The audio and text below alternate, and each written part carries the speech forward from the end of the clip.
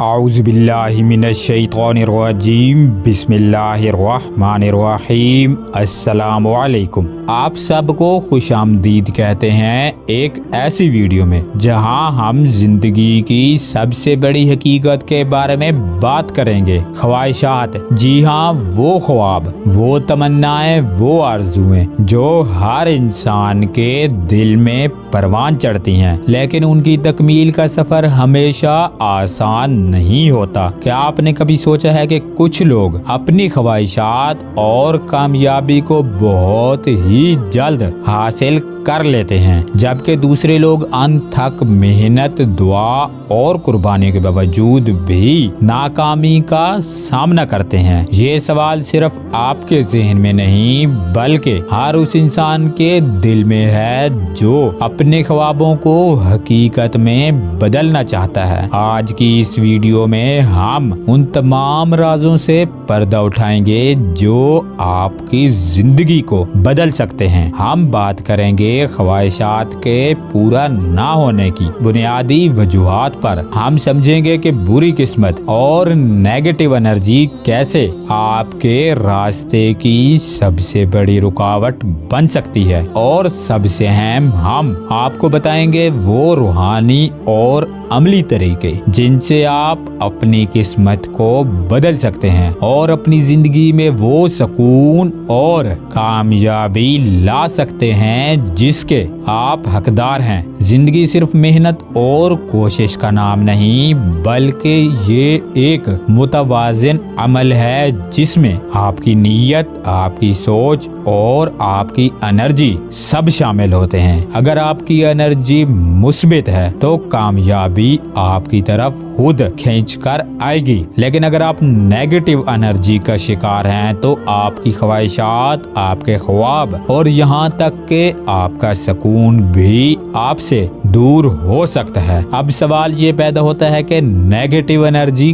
کیا ہے؟ Negative energy ایک اندیکھی لیکن انتہائی طاقتور اثر رکھنے والی حالت ہے جو نہ صرف انسان کی جذباتی بلکہ جسمانی اور روحانی صحت کو بھی متاثر کرتی ہے۔ اس کے اثرات آہستہ آہستہ انسان کی زندگی میں سرایت کر جاتے ہیں اور اسے ایک ایسے جال میں پھنسا دیتے ہیں جہاں سے نکلنا مشکل ہو جاتا ہے۔ نیگیٹو انرجی کسی بھی انسان کی زندگی کو تباہ کر سکتی ہے۔ یہ انرجی کسی دوسرے انسان سے آپ میں منتقل ہو سکتی ہے، خاص طور پر اگر وہ شخص برے خیالات، حسد یا بغض میں مبتلا ہو، اور جب یہ انرجی آپ کی زندگی میں داخل ہو جائے تو یہ آپ کو نہ صرف بدقسمتی کا شکار بناتی ہے بلکہ آپ کی محنت، کوشش اور کامیابی کے درمیان ایک دیوار بن کر کھڑی ہو جاتی ہے۔ نیگیٹو انرجی کے بد اثرات کو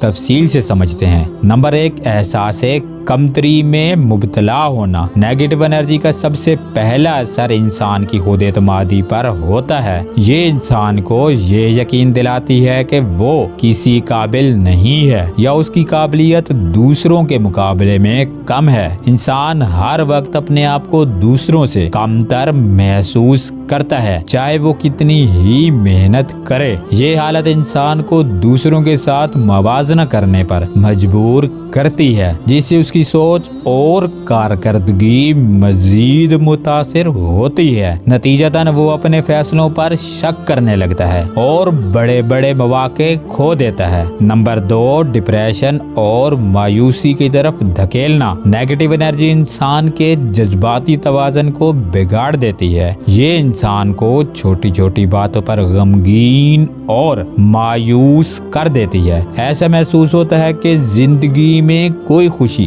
باقی نہیں رہی اور ہر چیز بے معنی لگنے لگتی ہے۔ یہ حالت انسان کو تنہائی میں دھکیل دیتی ہے جہاں انسان دوسروں سے کٹ کر رہ جاتا ہے۔ ڈپریشن اور مایوسی کے باعث انسان اپنی زندگی کی خوبصورتی دیکھنے سے قاصر ہو جاتا ہے اور اس کی سوچ منفی رخ اختیار